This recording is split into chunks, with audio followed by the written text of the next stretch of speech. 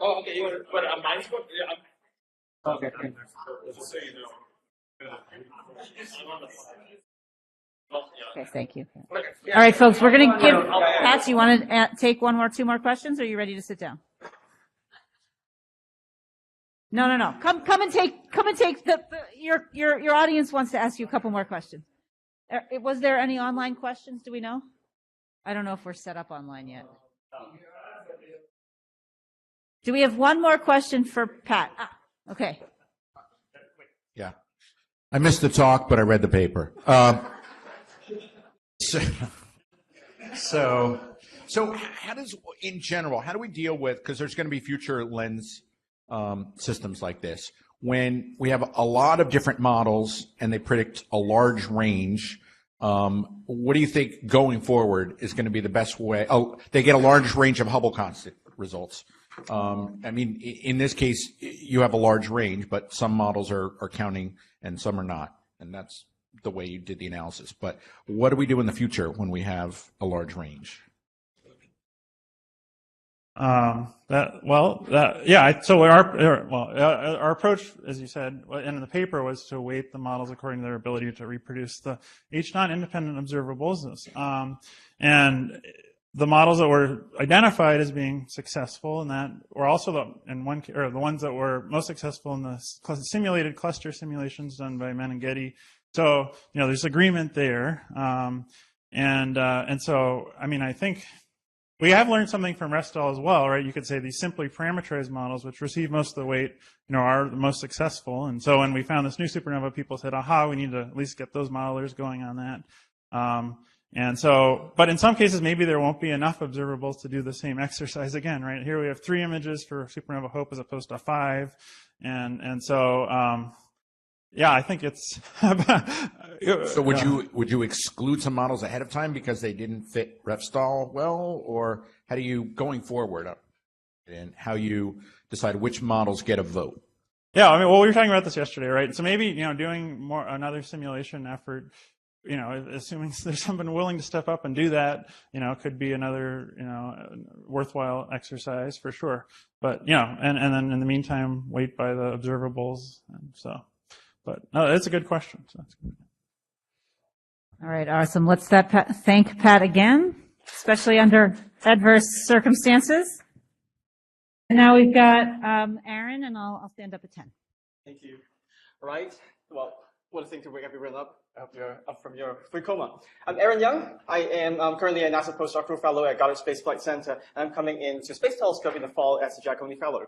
So today I'm going to tell you about guiding future deep wide Roman surveys with galaxy formation physics that we learned from JWST. What a mouthful. It's almost like I copied that off the conference title. So to help this stick in your head a little bit more, the next 10 minutes I'm just going to rant and tell you over and over why I really want a Roman ultra deep field. This is what I want, and some of you here too. Okay, so let's kick off with some JWST results. So I'm part of the SEERS team, which is one of the earliest team that received data that was taken back in June last year, so we're almost a year in. Within the first 3 months, I just made these slides to recap the things that happened early on. So it's a pretty well-designed survey. We have a lot of things for everyone who's extragalactic. We looked at structure and morphology for galaxies at high redshift. We also looked at bars in the nearby galaxy. We also have AGN host galaxy observed at bands that was not previously available with Hubble. And then also found very quickly this extremely distant Macy's galaxy at redshift 12. This all happens within weeks and, for the first few months of, after getting half of our data. So, which is really nice and exciting. So if you recall from yesterday's talk from Michaela Bagley, SEERS is one of the ERS programs that was awarded 70 hours to cover 100 squared arc minutes over the EGS fields. It's a really big team of 150 people, and we got data early on. So half the data come in June, and the other half come in over December, which is great. So now we have all the data, and let's take a look at what we found. Well, for other programs. So we had this paper on an early look into the first 500 million of 5 mega year of galaxy formation, and we found a lot of these high redshift galaxies. And we can put together a picture of how galaxy kind of form and build up over the early epoch of the cosmic history. And there's also Macy's galaxies I mentioned before, and with NGD, which is an even deeper program, we only get half of it, 60 hours out of 120, I think. we are able to take a look at the faint end of the luminosity function out to 9 to 12, redshift 9 to 12. And I also took a step on my own. I'm a theorist, actually. I didn't do any of these observations myself. And I asked, are these galaxies observed at very high redshift surprising? So I don't have the time to get into all the detail. This is not a JWST talk, but hey, the link is out there. Okay. Another thing that we find is there are lots of AGN out there, be that obscured or embedded, nearby or far away. They're just all over the place. So the theme there seems to be all these little red dots everyone's talking about. Either they're extremely distant galaxies or obscured AGN, little red dots. And we'll see a lot more of them in the future. Okay, so JWST is very exciting, and it tells us a lot about the deep universe.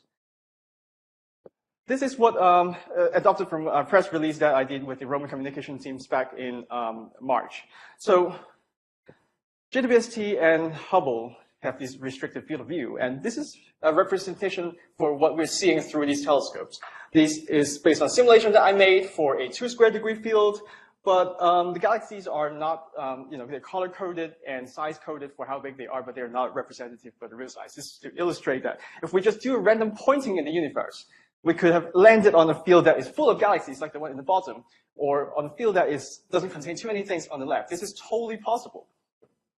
But with Roman, we can zoom out, well, not really zoom out yet, but just get a panoramic view of what's happening in the universe, and you can go out to survey a big patch of the sky. It's not really just faster, but we can actually do things that cannot be done with Hubble or Webb.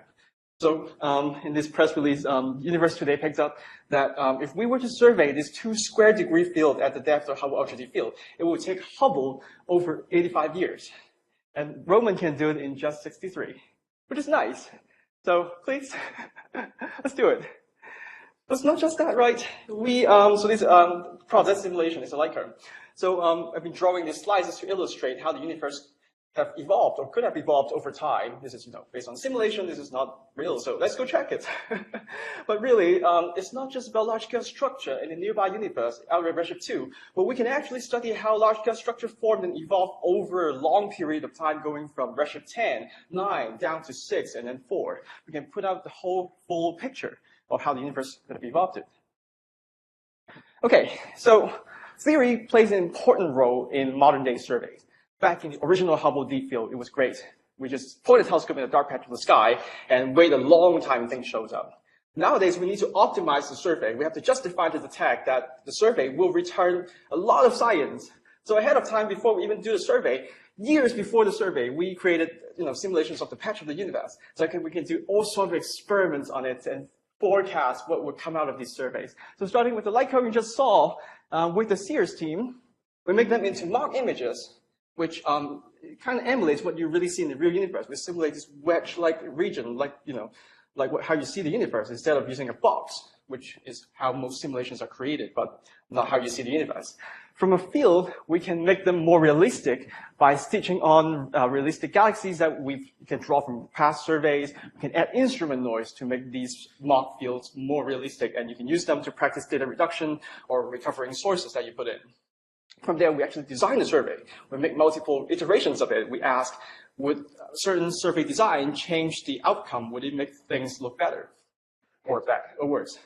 From there, we're ready to go. And then we actually do the observations. And then we saw all those amazing galaxies, all of them. And then now we ask the question, do they match the simulations? Are they what we expected? If they are, what have we got right? Are we right for the wrong reason? And more likely that we didn't get it right. There are a lot more galaxies than expected. There are more red smudges than we expected. So now we ask ourselves, what is missing in the current physical model? There are a lot of things missing in the current physical model. So let me show you the physical model very quickly, since it's a very short talk. So I used a modeling technique called semi-analytic model. And this is a summary flowchart for what goes into the model. We start with dark matter halo merger trees. We have the merger history of a halo. We take that for granted. And then we track multiple things going on inside this halo. We track how much hot gas are there, how much of those are able to cool into cold gas, and how much of those cold gas are converted into stars at every time step. From there, we also track stellar feedback, AGN feedback, and other things. And then we model galaxy evolution inside this halo over time, and we can do this really efficiently. We can do millions of galaxies overnight on a laptop. Really, really fast stuff. So with that, our model also have some black hole prescriptions in there. It's due to be updated. And we also have a pipeline that convert those predicted physical properties into observable properties, like luminosity in your favorite band, in your favorite instrument, or full spectra SED, and also emission lines. Okay, so looking at these physical processes that are in there, a lot of things are missing, as I mentioned earlier. And really, these are the things that we should be investigating with JWST in the next 3 years and keep updating the physical model so we can make better predictions for Roman and use these predictions to guide how Roman do a deep survey. What do we get out of it? How do we most efficiently survey a Roman deep field? What kind of configurations do we need? What kind of filters do we need? So, for example, we don't currently have first stars. We're not going to see first stars with Roman, maybe. Well, again, if we survey a really wide area, we might get it. The thing is, having this physics in place will help us understand how galaxies evolve over time, and we can check this physical model against Roman observations, even though we can't directly see the trace of these physical processes. Same thing with feedback. We can constrain this with JWST observations. Once we anchor this part, then we think some of the physics are in place. Then we can now make predictions for very rare objects. Things happen to massive halos, and make predictions for Roman, and then wait 5 years and see how wrong we are. Right? So again, there are also black hole seeding and growth. Right now we have a placeholder model that works very well below redshift 6, but we're seeing AGN everywhere, so we probably have to do something about it. Also, top-heavy IMF is something people have been talking about a lot lately. So we've explored some of these potential model modification in that paper that was put it down there in the corner. I don't have time to get into the full detail, but right now there's no new models being created since JWST results came in. A lot of people are recycling existing model and ask, does it make sense? If not, in what way? But soon we'll start seeing new physical models that are developed based on JWST data that comes in, and we should keep doing that. Of course, cycle 2 is coming right up, so more JWST cycle 2 surprises maybe. Okay, so this is the same 2 square degree field you saw. It's just a thin slice at redshift 6 to 6.1. So not too many galaxies. They are not that big in the real sky. This is just a representation, almost like a cartoon. What I want to show is on the right. These are 2-point correlation functions. It measures how clustered galaxies are. And the expectation is in smaller separation, galaxies are more clustered. And going out to larger separation, galaxies are less clustered. But I want to show you that if we were to measure clustering for galaxies at redshift 4 to 4.5, in a field that is the size of a Hubble ultra deep field, and we do it 100 times, it's all over the place. We can't do it. The field is too small. Of course, we know that. This is just an extreme to illustrate that we can't do it. But as we march out to a bigger and bigger field, if we go to 100 square degree arc minutes, I was dreaming about the deep field. 100 square arc minutes, this is about the size of existing Hubble or future JWST deep field observations. Then it gets better, of course, it does get better, but mostly for the small scale separation because these fields are small. But if we go out to just 1 Roman pointing, or even go to a full 2 square degree deep field, you can see the statistics get a lot better if we go out and go do bigger and bigger fields. Didn't want to repeat what Michaela showed yesterday, but she effectively did a similar experiment with the UV luminosity function, and the statistics are really important in there to get these things right. Here's a cartoon. The data rate doesn't work that way. Correct. I'll wrap up. So it's not just for Roman, it has photometry for everything. So I'm rebranding this project to the Standard Analytic Forecast for the Universe. So it's great for exploring synergy with other instruments. And I would just, what's this code? And leave Austin's work on there for advertisement. There's a lot of ways to apply this light curve for your favorite science. Thank you.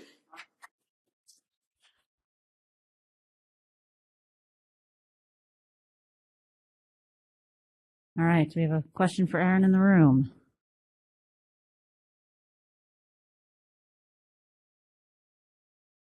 How about online?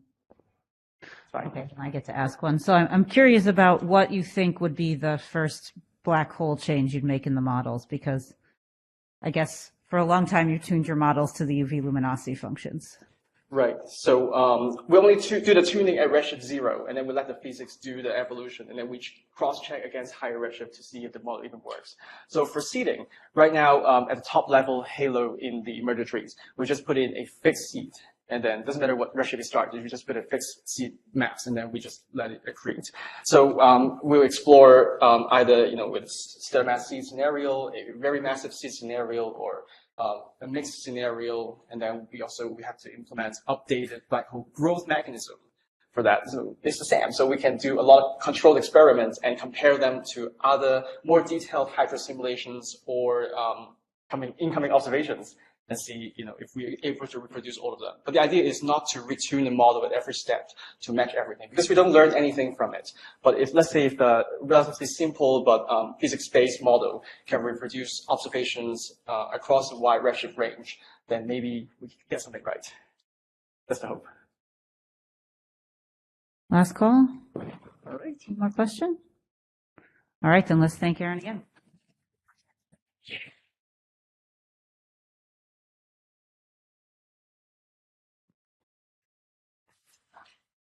So our next talk will be John Wu, representing cosmic structures with graph neural networks.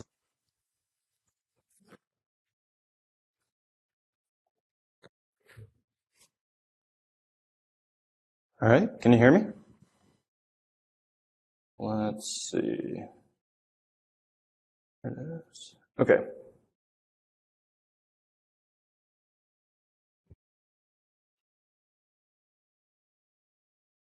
All right.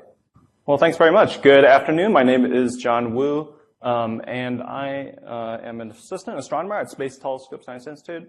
I have the pleasure of working on Roman for half the time, but I'm not going to talk to you about that side. The other half of my time here I spend thinking creatively about new lines of research that involve data-driven methods. So today, I really urge you to start to think a little outside the box. This is not going to be a tried and true technique, but this is going to be an interesting new set of methods that I think will revolutionize our field as we enter the data-driven regime. And that's really where Roman's going to shine. So I'm going to start off with an overview of galaxy evolution, and then we're going to talk a little bit about the context and why we want to study galaxies with Roman in this sense, and then I'm going to talk more about the methods. Okay, let me just make sure this cool.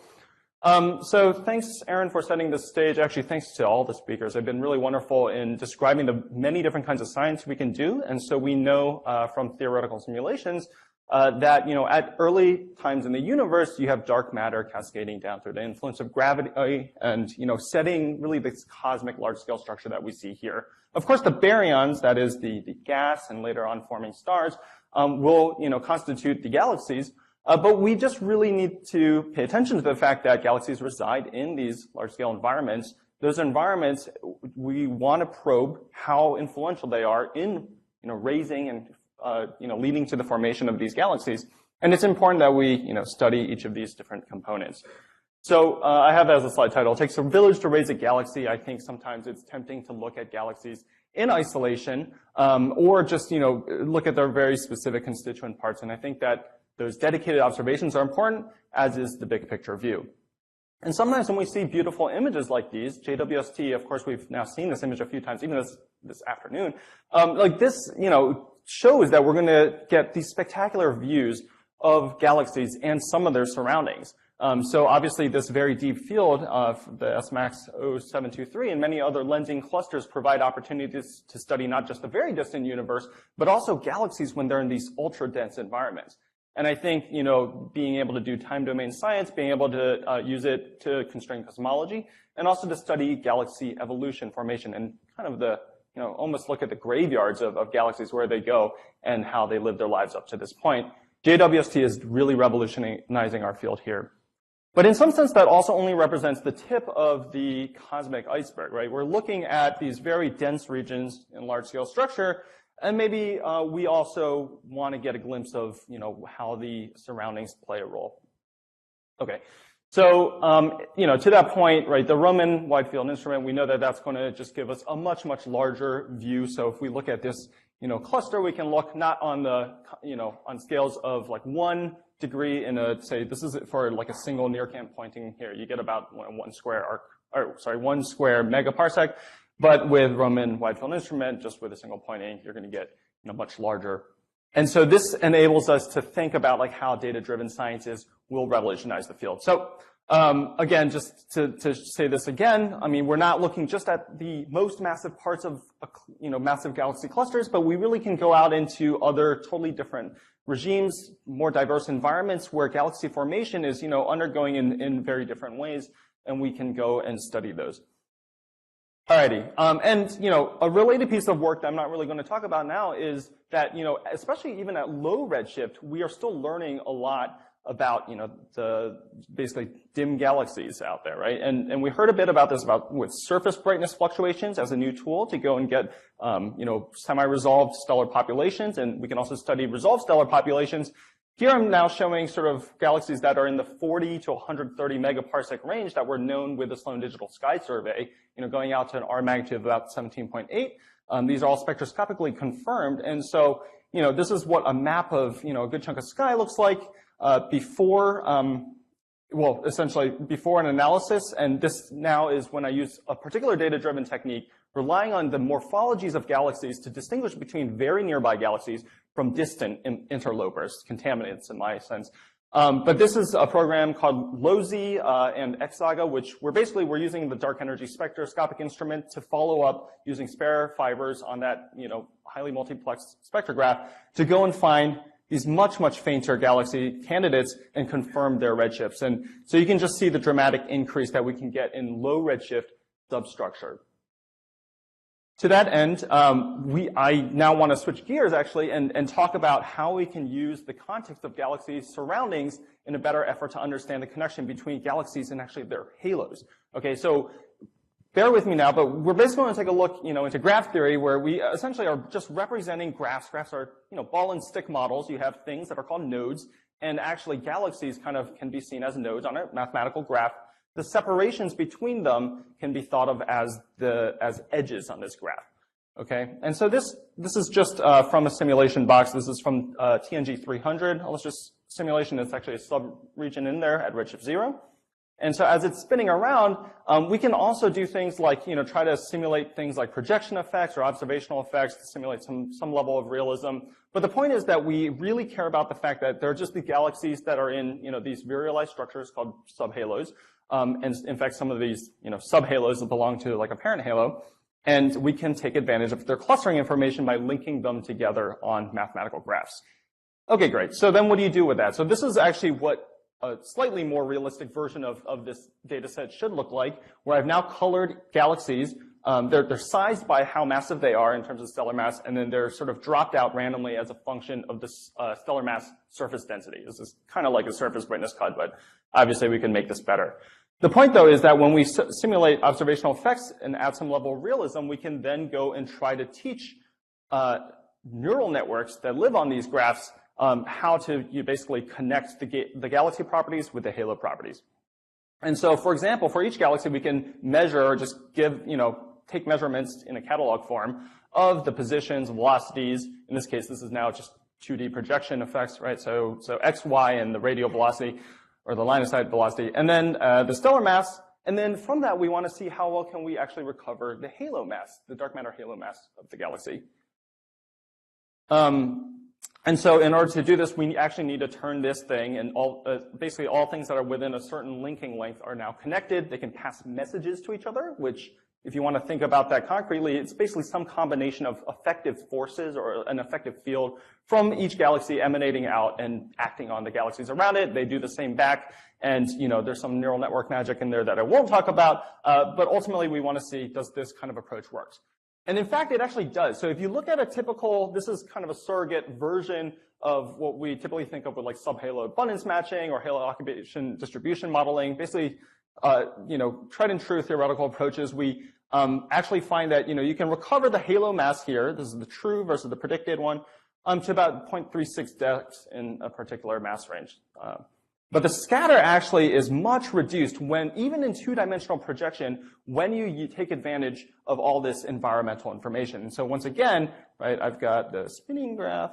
Doesn't want to go back. Okay. Well, anyway, so the point, though, is that these galaxies know something about their neighbors. They're obviously feeling the forces from them. We also know that, through tidal interactions, through ram pressure, through other sorts of physics, that they're truly interacting in ways that aren't captured simply by modeling galaxies in total isolation. And so that's why we think that these graph neural networks do such a better job of recovering the halo mass here. We can do all sorts of other interesting exercises. For example, try to vary the linking length on which the galaxies are connected in an effort to understand, what is the optimal sort of message passing length. That might tell you something about clustering scales, or at least effective clustering scales at certain mass ranges, but a lot more tests here are needed. The kind of remarkable thing to me is that actually these 2D GNNs, we can do the same thing in full 3D, where we cheat and we know the positions and velocities, the 60-phase space of everything. And it turns out that the 2D versions of this is actually not that much worse. And it's kind of interesting because you actually get a lot of projected stuff in line of sight, like all this junk, which is like contaminating. But you actually also can probe really far out, like well beyond the virial radius effectively. And the neural network does a good job of taking that sort of pencil beam information, all the line of sight information that goes beyond, let's say you go 1 megaparsec out, but you go 50 megaparsecs deep, you actually can learn effectively what that information, that contaminating information has, and use it to your advantage. So graph neural networks are a true data-driven technique here. Now, just the last plug here, I just want to say this actually showed up this morning on Archive, or last night on Archive, but we can do the inverse mapping too. We can actually paint galaxies onto subhalos. So, definitely if you're interested in doing things like running semi-analytic models or doing halo occupation distribution, we also find, this is work done with Christian Krachjespersen, that, this GNN approach really outperforms an actual subhalo abundance matching method, or using effective, machine learning methods, which are really tried and true in like the state of the art up till now. We do much better here. So check that paper out. It's just on the Archive as of this morning. Okay, so I think last, I just want to say, reiterate, and I know I'm out of time, JWST has been seeing the tip of the iceberg. We've heard that phrase a lot, right? The tip of the cosmic iceberg at the highest overdensities if we target the frontier fields and all sorts of cool lensing clusters. Now we can go out and see diverse environments where galaxies form and evolve. Thank you.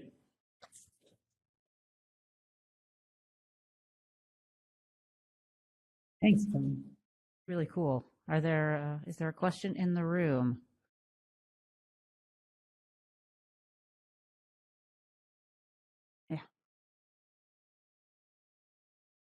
Really cool stuff, John. This is Karen Masters from Haverford College. I always worry about these sort of machine learning things where we train them based on sort of physics we know, large scale structure you can use to predict halos because we know more massive halos are in dense parts of the universe.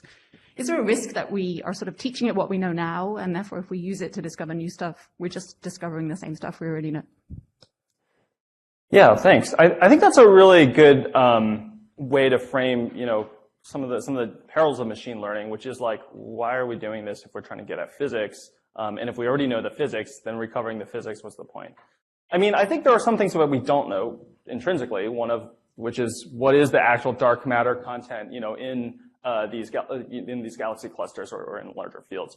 And so I think what it does give us is an orthogonal direction with which we can compare other things like lens models and time delay, cosmography, and all that stuff. And I think that through the confluence of all these different methods, we can really see whether or not there are useful new ways of representing, or even like a whole paradigm shift in how we want to think about galaxies. For example, you could imagine like a semi-analytic model being built on top of a merger tree where you're actually taking full advantage of the positional information of galaxies, so that when we know that I guess in semi-analytic models it sort of varies, right, depending on how much you care about neighbors and distances to other galaxies. But in this kind of sense, we can actually fully evolve all these on-merger trees, and connect them, make them all know about each other. So it's just it can be a step up in the theoretical domain too.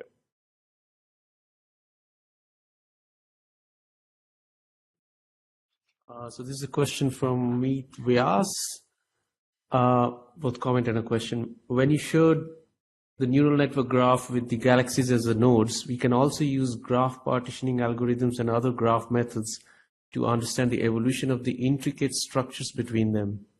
What are your thoughts on the same?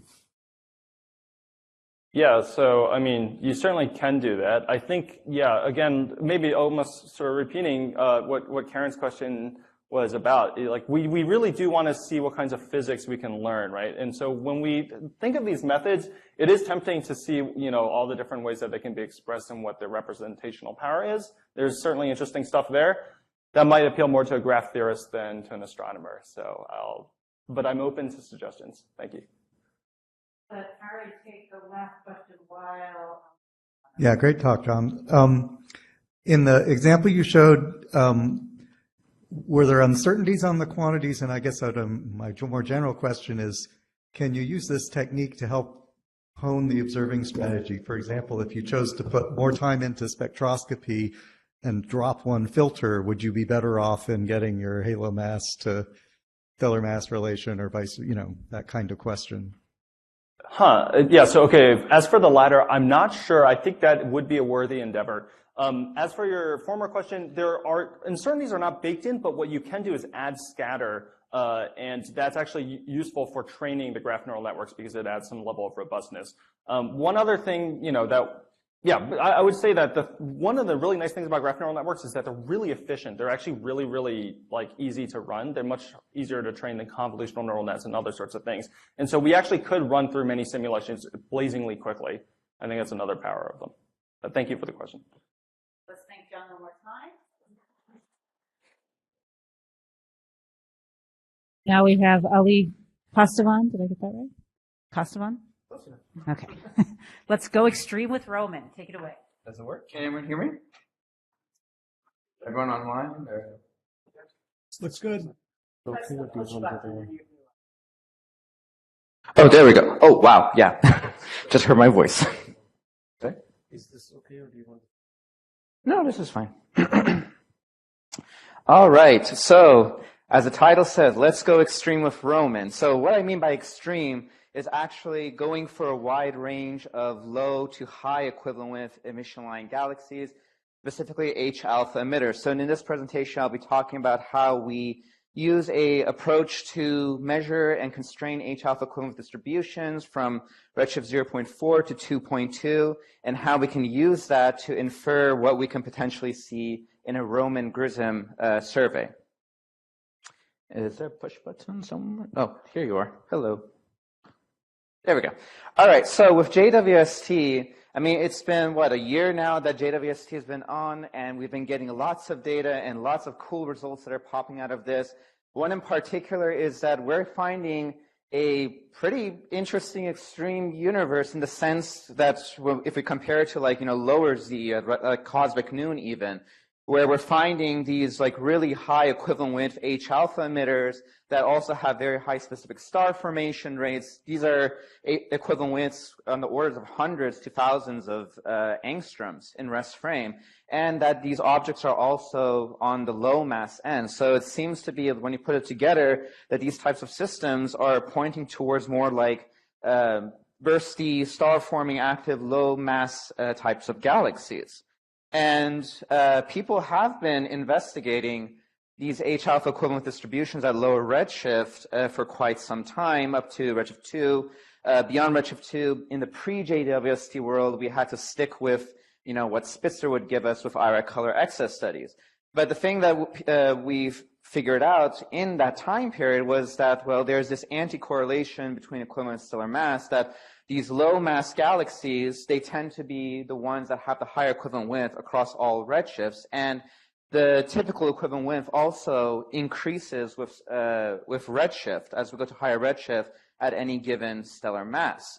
But the thing is, how well do we really constrain all of this? One in particular is, how do selection biases affect the way that we measure the equivalent width distributions of H-alpha emitters?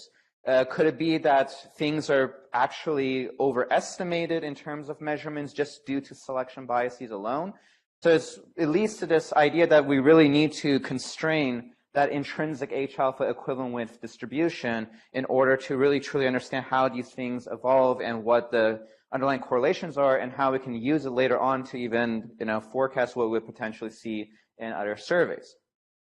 So I'm not going to go into that much detail on this given time, and just check. Okay. But overall, our approach is just to create a intrinsic sample that is basically set by this one parameter right here, W naught. You're going to see it throughout the rest of the presentation. It's basically the scale factor in the exponential equivalent distribution. Another way of thinking of it, it's the typical equivalent width for going from 0 to infinity on the exponential distribution. And what we get from this is a intrinsic sample of H alpha emitters. We then try to mock a narrowband survey with this by simply adding filter effects, the non-top hat shape nature of typical narrowband filters, applying selection functions that are similar to the data sets that we're going to be comparing to, which are on the top here. These are all narrowbands selected samples. And we get this, at the end, a observational mock sample of H alpha emitters that's simply set by whatever W naught that we provide in the initial step. And then we compare the equivalent distributions that's inside the mock sample with the observed data. If we do see that it seems to match, well, statistically, of course, we save that W naught. If not, then we just go, oops, we go back and we vary what the W naught is, and we just basically do this until we get to some convergence. And the result that we're getting here is there is still this intrinsic now, so now selection corrected, filter profile effect corrected, equivalent width, stellar mass anti-correlation. The slopes are shallower compared to what we've previously got, but they're still there. They're still statistically significant. And the other interesting thing is that the slope also increases as you go to higher redshift as well. So it starts about minus 0.18 here and ends up at like minus 0.2526 at the highest redshift measurement. So essentially what it means is that the low mass galaxies are the ones that are actually getting the more significant redshift evolution compared to the high mass galaxies. And we can see on the right-hand side how the typical equivalent width at a given stellar mass evolves with redshift. So this is for almost 10 to the 10. It goes from 10 angstroms to almost nearly 100 angstroms beyond redshift of 2. But one thing that you'll notice is that, well, this black curve, which is the intrinsic measurement, that's actually below all of these observations up here. But if we were to apply typical equivalent width and line flux limits that we find in narrowband surveys, that actually just bumps everything up to this blue line right here that matches with the observations as well. So it seems to be that not including these selection corrections does change the way that the measurements for typical equivalent widths for H alpha emitters, but it seems to be more of like a normalization difference. Overall, and you'll be hearing me say this W naught MZ over and over again, that's essentially the parameterization that we use to describe not only this anti-correlation of stellar mass, but also this redshift evolution as well. And we will use that to infer some information regarding H alpha emitters and also for the Roman predictions that I'll show at the end. So using this intrinsic equivalent evolution model, this W naught MZ, we use it to see, well, would this model actually even reproduce H alpha luminosity functions, which are basically all of these dashed lines that you're seeing here compared with the observation. It's actually pretty spot on, not only for just narrowband surveys, which are these solid symbols, but also even like the GRISM measurements from Colbert et al. 2015. So it seems like, okay, things are pretty much lining up. This approach is able to, predict what the H alpha equivalent width distribution will be like, what the luminosity functions would also be like at any redshift measurement. So we can take that information and take it one step further and say, well, what types of emitters are really the important ones, or H alpha emitters are important when it comes to star formation activity at different time periods of the universe's history. And so the plot on the right, that's showing the star formation rate density evolution of redshift. And the blue curve is what you get for H alpha emitters with the observations in squares going all the way to redshift 2. And the different curves are for different equivalent width limits. So one thing that we've noticed is that once you go beyond redshift 1.5, it seems to be that the really high equivalent width emitters, the ones that are above 100, 200 angstroms, they seem to be contributing a lot to the total like star forming budget of the universe. While as you go towards lower redshifts, this demographic starts to change. But the thing is, the overall importance that we see from this is that these high equivalent systems beyond redshift 1.5, they seem to be quite important. And we're already seeing with JWST how we're getting systems that have equivalent widths that are, well above hundreds to thousands of angstroms as well. So it really points to these high equivalent systems being pretty crucial at those redshifts and above. And they're also primarily low mass galaxies too, and based on their equivalent widths, could also be very bursty as well. So it's not just only, besides just that one plot, not only are high equivalent widths important in terms of star formation activity, but recent studies are also showing that it could also be quite important when it comes to reionization as well. So Hakim Atek, Yored Mati, they've looked at the ionizing photon production efficiency and how it scales with stellar mass, with redshift, with H-alpha equivalent width, and it's showing that low mass, high equivalent of H-alpha emitters seem to also be pretty important when it comes to measurements of C ion, which basically tells you how much ionizing photons are being produced and sent out to the IGM to reionize the universe. So it also not only has a star formation importance, but also it could be some of the ionizing sources that we're going after at epoch of reionization. So how can we then go after these, and how much time? 20 seconds. Oh, man. So how quickly can we explain this? Basically, we get a lot of sources with Roman. Damn. The point, though, is with Roman, we could get a wide range of H-alpha equivalent widths, but I would really push, as you said, ultra deep, I say an ultra deep GRISM survey as well, because if we push the line fluxes even more, we get some of those really, really low mass, high equivalent with 1,000 angstrom sources at redshift of 2, redshift 1.5. So I would say, what would this even look like if we look at like 5 times 10 to the minus 18? You start to really fill in this area over here. And that would really enable us to look at objects in detail that we're also seeing in JWST that are at high redshift. Thank you. I'll leave it here. Raleigh, do we have a question in the room? Okay.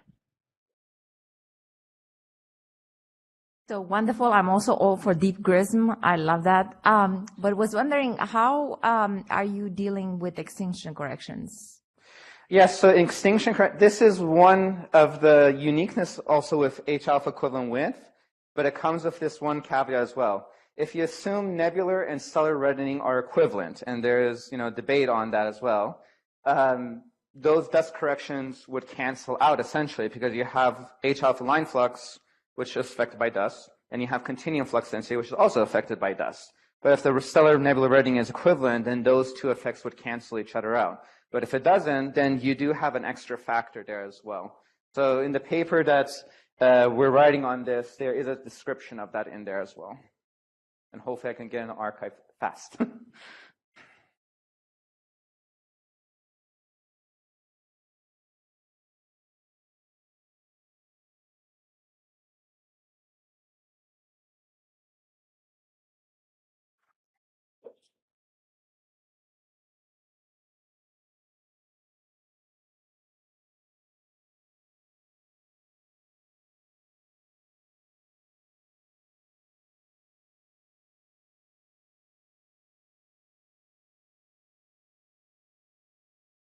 Right, so this is going to be about AGN host image decomposition with JW and perhaps also with Roman. This is Mingyang Zhuang.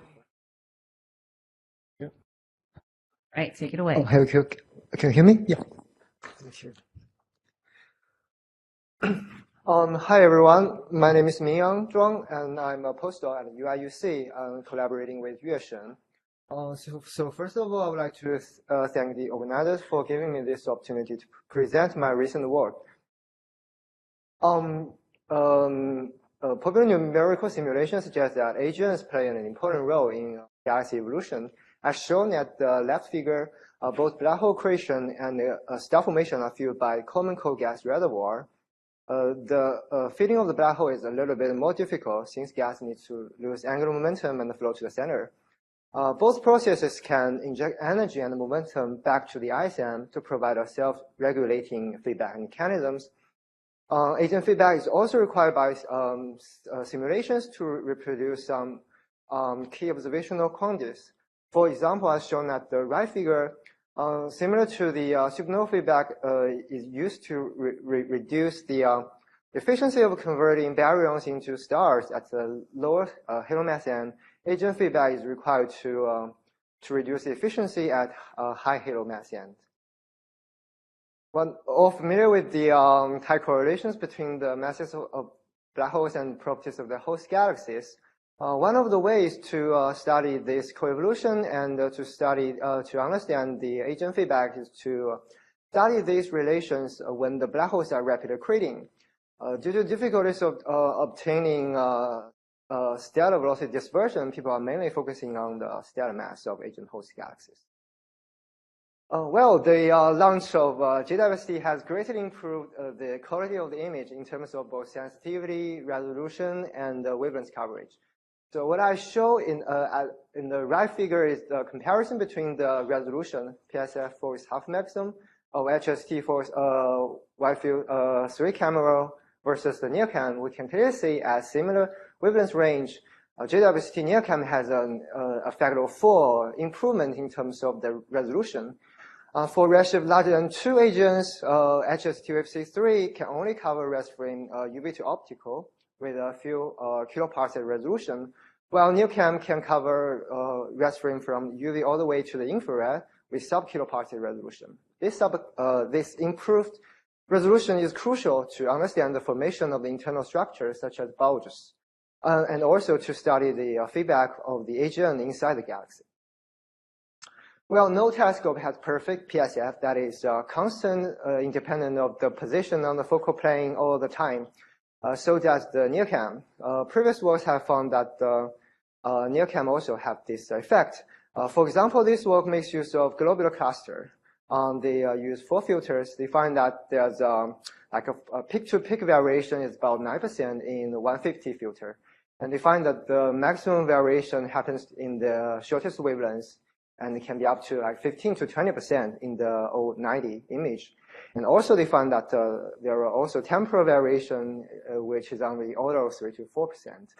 However, they are working on the images of individual exposures. Actually, we are measuring science properties on the drizzled image, so they are not actually studying the PSFs of the images we commonly use. So for my work, I use archival NearCam images pointing at south continuous viewing zone. What is special about this field is it has many stars, but not as many as globular clusters. Well, globular clusters, there are some could be serious issues about the source blending and crowdedness. So this field has 8 filters for combinations, but with only 1 modular. We use 3 codes to construct the PSF. Basically 2 methods. One is based on stacking stars. The other is based on like a pixel-based model. We use drizzle image. We drizzle all of the images into a common scale, 30 milliarcsecond per pixel. And the drizzle image is the image where we measure the science measurements. And we select a high signal-to-noise ratio point sources for construction, and we divide the field of view into a 6x6 grid to study the spatial variation. And this PSFAX, this code supports the native modeling of spatial variation by making use all of the sources simultaneously. So for in general, we have 2 types of PSF models for each code. One is global one, and one is for each region we have 1 PSF, and we have an extra PSF model for PSFX. So first we try to select the best best method to construct the PSF model. We use point sources in the mosaics, and we fit those point sources using the constructed PSF models. And we based on the reduced chi-square and the magnitude difference to select the best one. In general, we find from most of the sources, they are generally quite good with reduced chi-square picked at 1, but we find better performance for the PSF models from PSFX, especially for those bright sources. And we find if we neglect the PSF variation to measure the magnitude for those point sources, we will have only like very small systematics and small scatter. So using the best performance from PSFX, we use the PSF models from this code to study the spatial variation. The left figure shows the surface brightness profiles of PSF models in each region, and right shows the actual PSF images. So first, if we look at the global surface brightness profile, we find they are actually quite similar in terms of the shape. But if we look at the residual, we start to find there are significant radial variations up to 100% at the radius about 2 to 3 times for half maximum from the center. And this variation continues toward a large radius and dominated by sky background fluctuations at large radius. This table summarizes the properties of the PSF models at different filters, and for both the global PSF and the PSF in different region. We find there are like the maximum and RMS variations of PSF for half maximum decrease from about 20% and 5% in the shortest wavelength, and decreases to 3% and 0.6% in 444 filter. The right figure shows the distribution and the pattern of force half maximum and the excess ratio. We find the PSF with broadest or narrowest profiles are preferentially found near the edge of the field of view. And those patterns could be affected by stochastic aliasing of the PSF during the process of drizzle. And then we apply our knowledge to study the agent-host image decomposition. We've generated a large amount of mock agents spanning a wide range of agent-to-host ratio and host galaxy properties. And for each agent, mock agent, we fit with 3 different PSFs. One is the correct one used to generate those mock agents, and a broader one and a narrow one to investigate the effects of PSF mismatch to the derived properties. In terms of apply our results to other fields, we also derive the depths of the imaging we use. So first, we use the perfect PSF model as a baseline or reference to study the effects of host properties and the image depths. So the figure at the right compares the difference in terms of the parameters versus the host magnitude. We find actually agent magnitude is only mainly affected by agent to host ratio, not by the host structure. But in terms of the host properties, we find the higher systematic bias, larger scatter, and larger uncertainty of host parameters toward fainter hosts, and higher surface index and larger effective radius. And we find that host magnitude and effective radius can be measured close to the imaging depth, while surface index can only be measured 2 magnitude brighter compared to the imaging depth. We then investigate the effect of PSF mismatch. We use 2 PSF. One is 4% broader, another is 4% narrower. We find in systems where host dominated, we find similar results as a perfect PSF model. But when the agent starts to become brighter and brighter, we find worse results toward higher agent to host ratio. And no matter the PSF is broader or narrow, we always find they will lead to overestimated host flux. But the reasons are different. So for the broader PSF, it is mainly due to the flatter host, while for the narrow PSF model, this is due to more concentrated and a smaller host. But the overall performance for the narrow PSF model is much worse compared to the broader PSF. Yeah, okay. So I'll skip to the Roman PSF. So we know that Roman has a very large field of view, but unavoidably, it will also have a significant PSF variation across its large field of view. So the left figure shows the PSF image at the near the center and near the boundary. We can clearly see the difference between the two types of PSFs, and the features are quite different. And actually, the final PSF depends on the properties of the combined images, including the effects of dithering and the footprint. So in order to get an accurate estimate of the host morphology and the structure, we would require accurate spatial and temporal sampling of the PSF. That's it. Thank you.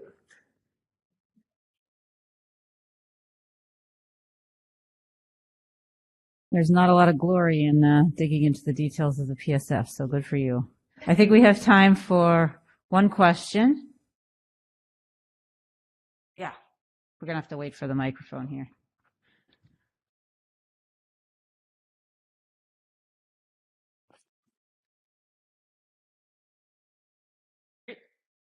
Well, okay, great. This is Matt Hosick from UCLA. I really liked your talk, definitely diving into the details of the PSF. You talked a bit about the systematics and the scatters you get from just assuming a global PSF in the magnitude scatter. I was wondering, did you take a look at the astrometric scatter, like the scatter in the positions of the stars? What systematics would you induce by not taking into account spatial variations? You mean for the stars, for the point? Yeah, like the positions of the stars. Like we saw the magnitude shifts and scatters where there are positional shifts and additional noise. The center position? The central position, yes. Yeah, we haven't checked that, but we can definitely do that. Okay. Yeah. That'd be. I know there's a lot of folks interested in astrometry with JWST and Roman, or at least I am. So I'd be very interested in those systematics. So very cool, great work. Thank you. Thank Min Yang again, and we're going to have our last.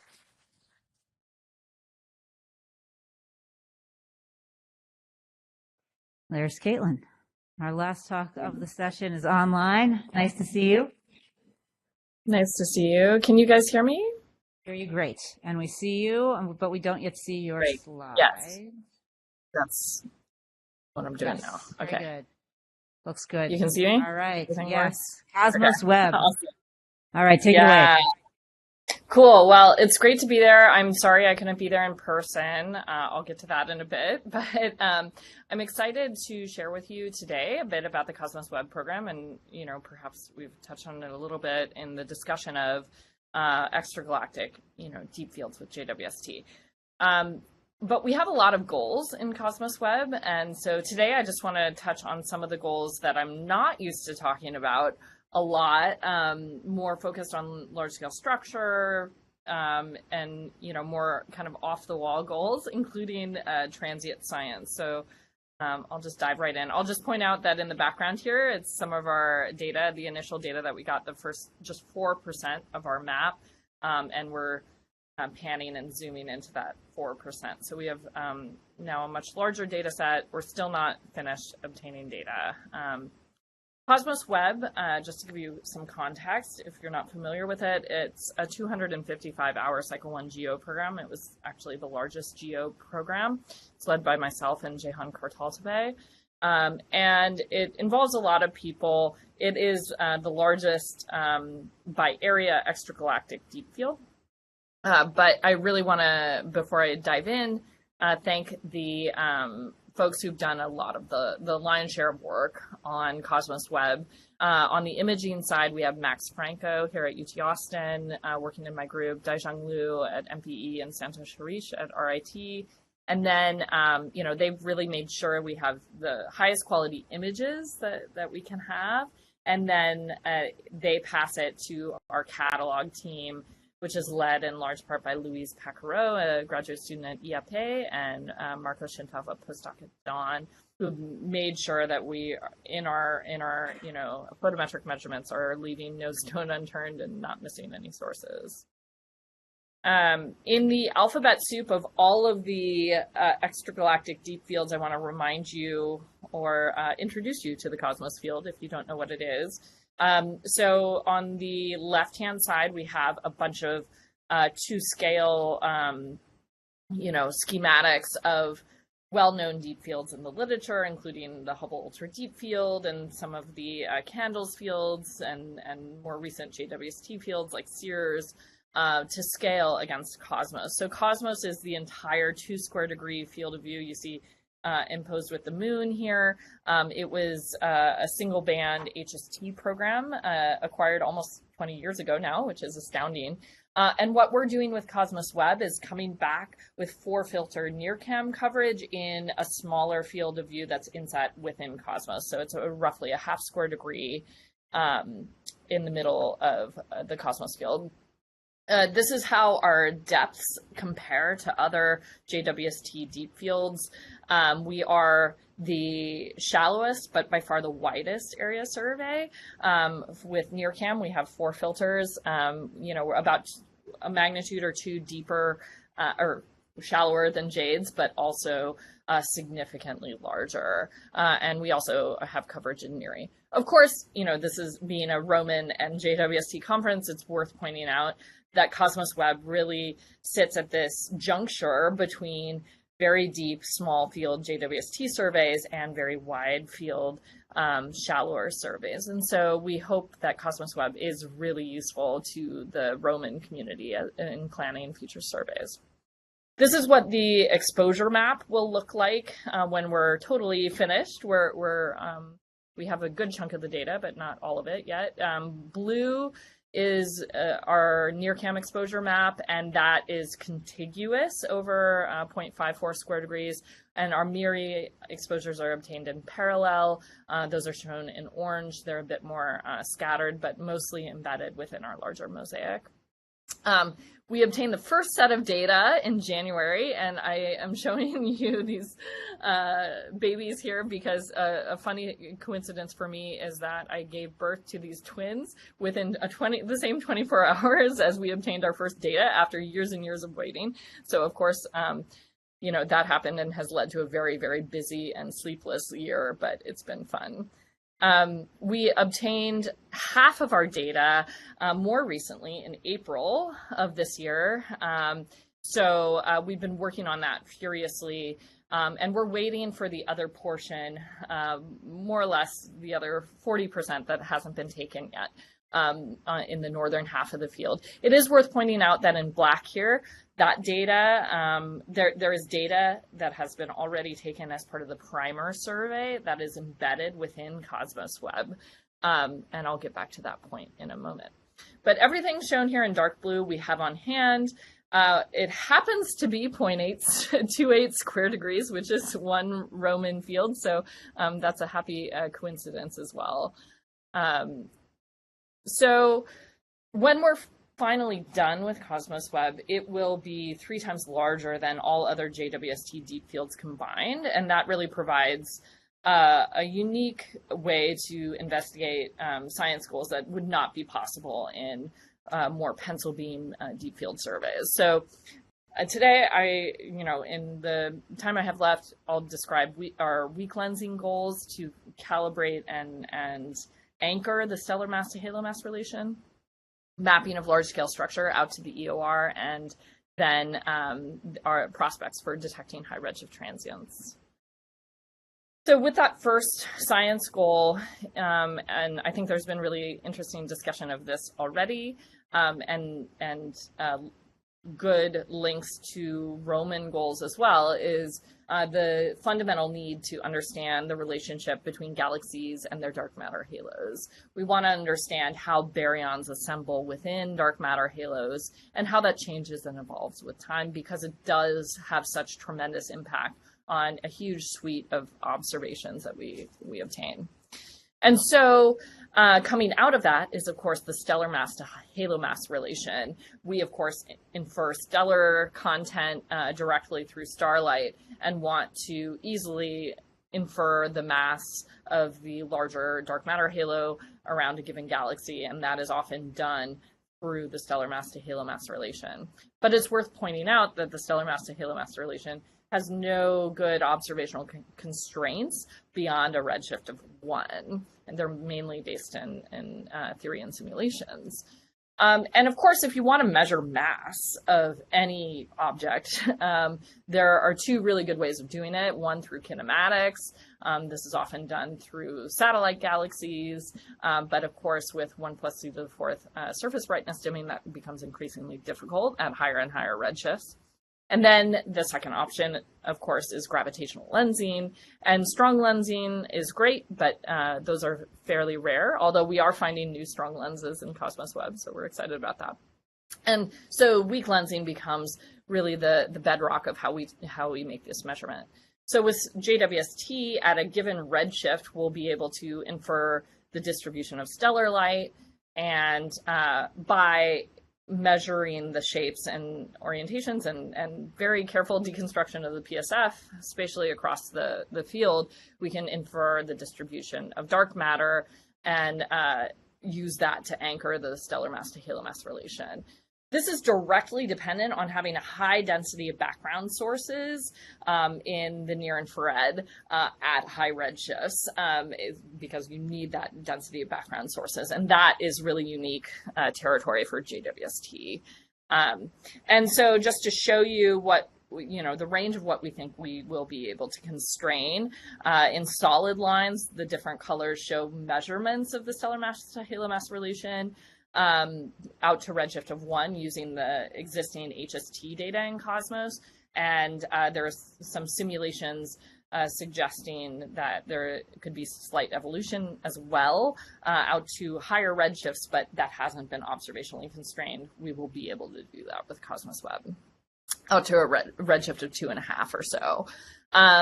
And excitingly, we'll be able to start to break up the stellar mass to halo mass relation evolution with baryonic observables. So some hallmark, quenching mechanisms we think may be traced really well through the stellar mass to halo mass relation. And so we'll split up galaxies via color gradients and start to piece together the difference in the stellar mass to halo mass relation, and that can help us in turn understand quenching mechanisms much better. Second goal is mapping large scale structure out to the EOR. This is where Cosmos Web is really well suited because it covers such a wide area. 20 seconds, okay, Kate. Okay. I'll speed it. We don't know the dominating sources of reionization. Very different views on reionization bubbles out in the literature in terms of simulations, and Cosmos Web can really start to map large-scale structure and not only discover the brightest galaxies, but also map the environments in which they live. I just want to show you in that 30 seconds some interesting, really cool discoveries we have from our new data. Extremely luminous sources being found that are brighter than GNZ11, the canonical, highest redshift, brightest HST discovery that has now a beautiful spectrum with JWST. So we're excited about that. Keep an eye out on the literature for that. And then the very last goal is searching for high redshift transients. We're excited about this too. It is a difficult problem, but this plot just shows you expectations of how bright parent stability supernova at redshift 15 should be, and their light curves based on hydrodynamic simulations. And so you see that actually these sources could be brighter than 28th magnitude for something like a year to 3 years, and that would be detectable in something like Cosmos Web. And a beautiful byproduct of cycle 1 decisions, happy accident, is that because we have another survey embedded within Cosmos Web, the primer survey, we've been able to stagger our observations by a year. So we will already have a year sampling cadence for 2 different epochs of data to 28th magnitude out to 5 microns. So that's really exciting. And Roman is, of course, where this will really be transformative. albeit at slightly lower redshifts. But that's where we can realistically follow up these sources really well with JWST. And I'll stop there. Thank you. Thanks, Caitlin. Yeah. A lot in there. A lot. So, do we have, a lot, yes. And congratulations on your twins. Yeah, thanks. That's why I'm not there. Sorry. Do we have a question in the room? Oh, we've got one online. Let's start there. So this is a question by Peter. What's the background galaxy density you expect for weak lensing measurements to constrain halo masses? Yeah, that's a great question. So I think we we calculated that the threshold had to be something like 10 per square arc minute at above a redshift at about a redshift of 4 to enable the weak lensing measurements out to redshift 2.5. And so that is about what we'll get. The depth of the survey roughly reaches 28th magnitude in the LW filters that we have coverage for. One more question. Sorry, I should have clarified. Those are 10 per square arc minutes that we would also be able to do reliable shape measurements for. So not the lowest signal to noise sources. Signal to noise something exceeding 15 or so.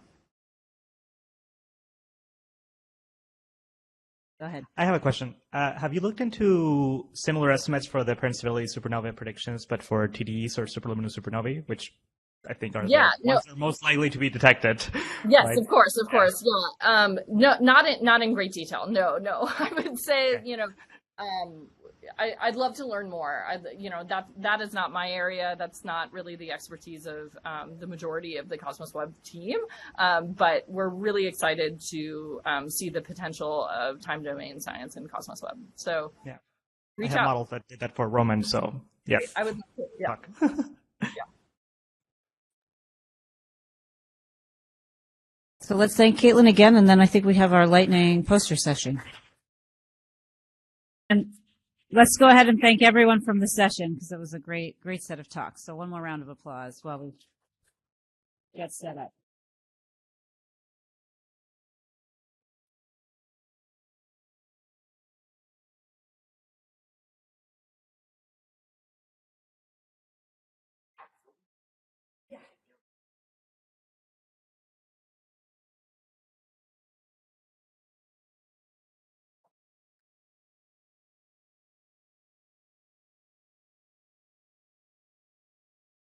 This one or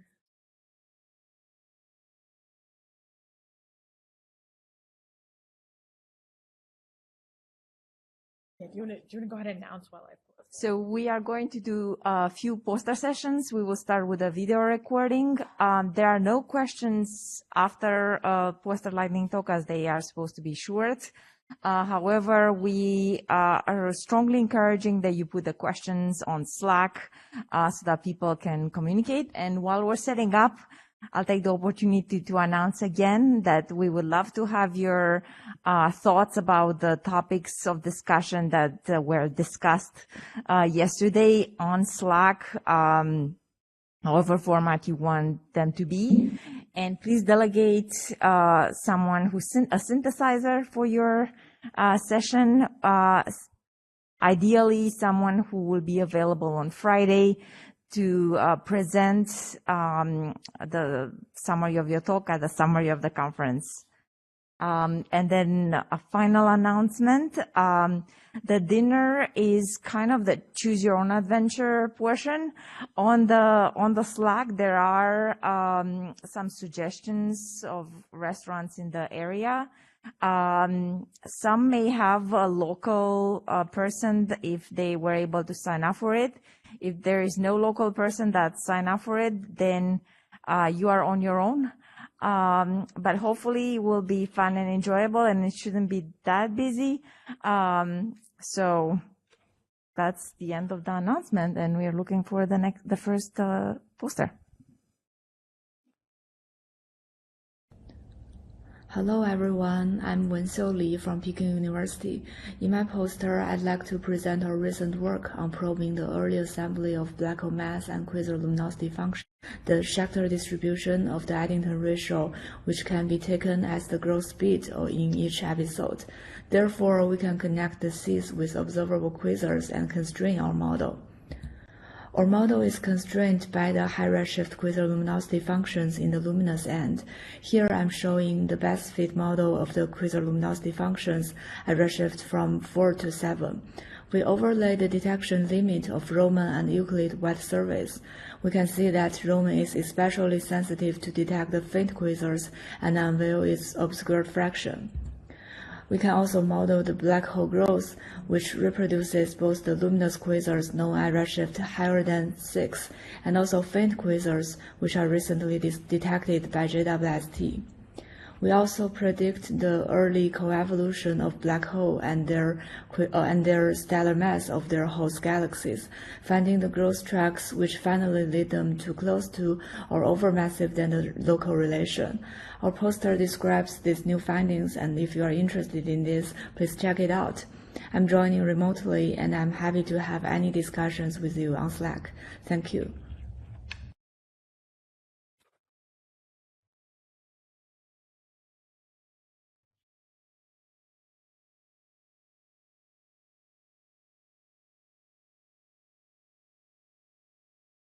Okay. Okay. Hi.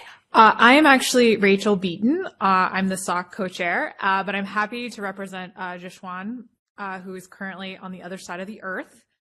So if you have questions for him, please go to Slack. He's very good at answering them.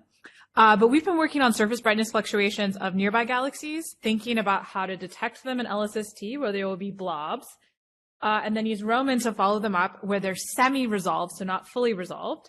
And then from that, we are trying to figure out if we can use the combination of the optical and the infrared to both get a distance to these objects so we can get physical sizes and all sorts of other physics, but also do inferences on the stellar populations. And the plot on the other side gives you the sort of forecast, if we can make everything work, where you can actually find little faint galaxies. So these are things smaller than the SMC all the way down to sort of the bottom of the classical dwarf range out to say 50-ish. Somewhere between 20 and 50 megaparsecs, which would be kind of fun. So if you have any questions, go ahead and forward those to Jiaxuan on Slack, or to me, but I will just send you to Jiaxuan. So that's how this works. But we're really excited about this. I will also do my poster. Before the pandemic, I worked a lot on H0, and we're looking about how to measure distances in the near infrared. It turns out the stars that will have really good parallaxes from Gaia actually have really bad magnitudes in the infrared because 2-mass saturates really quickly because these stars are bright. So we're actually building a telescope. It's on a loading dock at Steward right now. It's very exciting. We'll actually observe in the near infrared and the optical at the same time. It's a dual beam thing with a little splitter in the middle that shoots it out the same field in both telescopes. And it's meant to just go on its own and monitor bright stars. But we're happy to hear about other interesting and fun science cases that we could do with this because it's meant to be easy and run in our free time once we get it up and going. So you can send those questions to me, and I will probably send you to Andy Monson at Steward, who's the engineer and knows all the details. And then I think Andreea. Oh, yeah. Ray, you'll be next.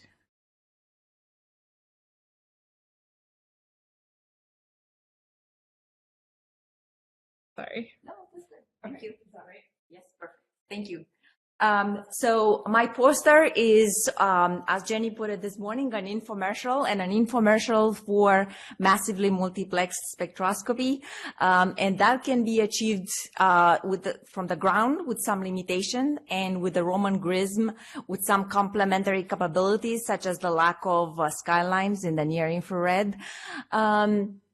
But the main motivation for this is to understand how obscured AGN, which can be the red dots at the cosmic afternoon, or the luminous infrared galaxies at the cosmic dinner, how they grow supermassive black holes. And the poster includes nearby luminous infrared galaxies with optical and mid-infrared spectroscopy, including one with dual AGN system that is imparting matter into the circumgalactic medium. And work led by Yuan Ziluo, who is also a conference attendant, who looks at nearby optically luminous type 2 and type 1 QSO in CO, far infrared, and with a 158 micron cooling line. And we're trying to understand how their ISM is being shaped by the quasar. All of this will be revolutionized by Roman and the Mauna Kea Spectroscopic Explorer. That's PFS to H-band and double the fibers, but with a kind of line of to the timeline of the 2030s. Thank you.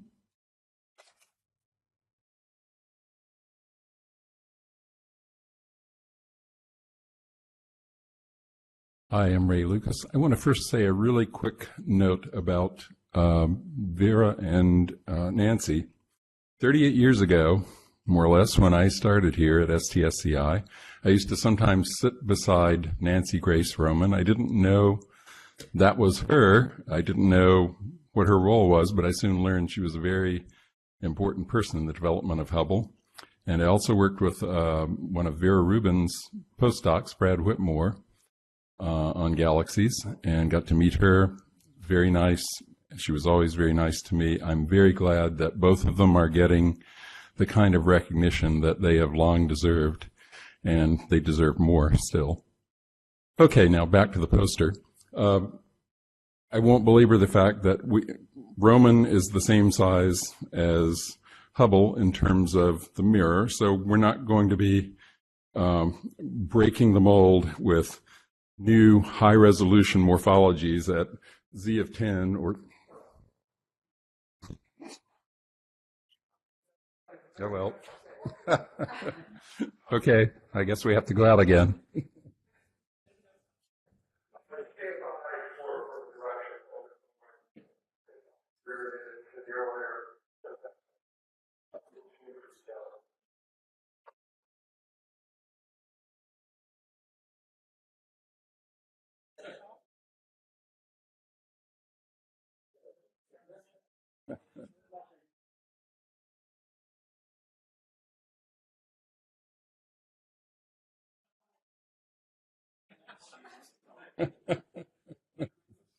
Everybody back almost? I promise I didn't hit any buttons.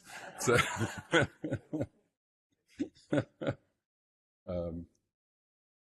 I go ahead, or you want me to wait just a bit? Go ahead? Okay. Yes. Yeah. The way things are going, yes.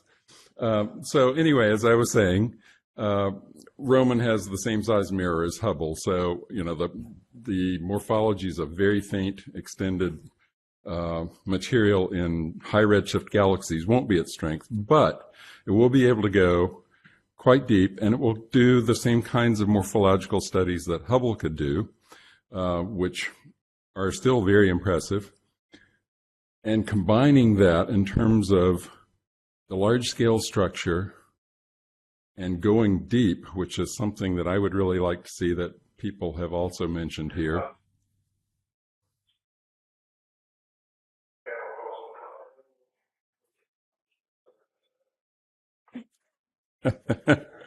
Okay.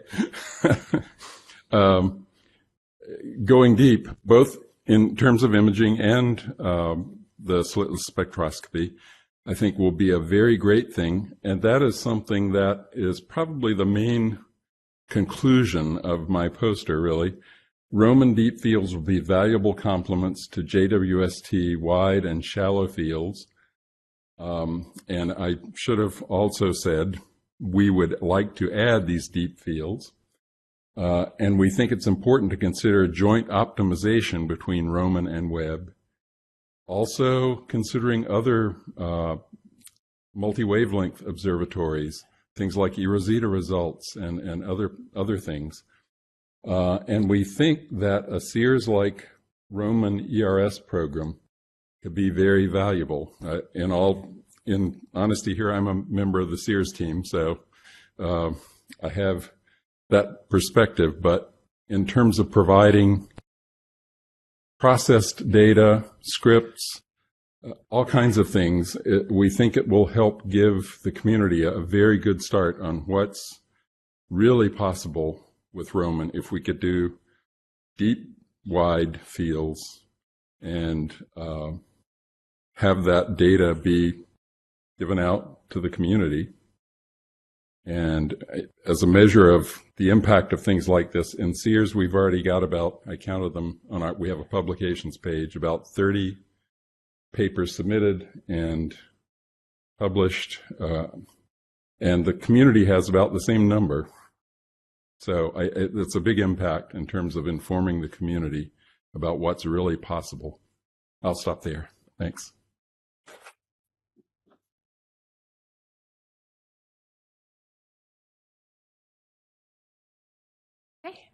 Thank you so much. It is coffee break time, and then poster viewing, correct? Yes. And then at 4:30, we have our public lecture, which is going to be pretty special because we have someone who is a very close personal friend of Nancy Grace Roman to give us a bit more about her. And then I'm going to talk about the mission or something. So it should be really fun, and we hope it's going to be fun to have a more public talk kind of to end out a pretty intense science day. So please go enjoy refreshments and look at posters, and we'll see you here at 4:30 if you're staying for the public talk. Thanks.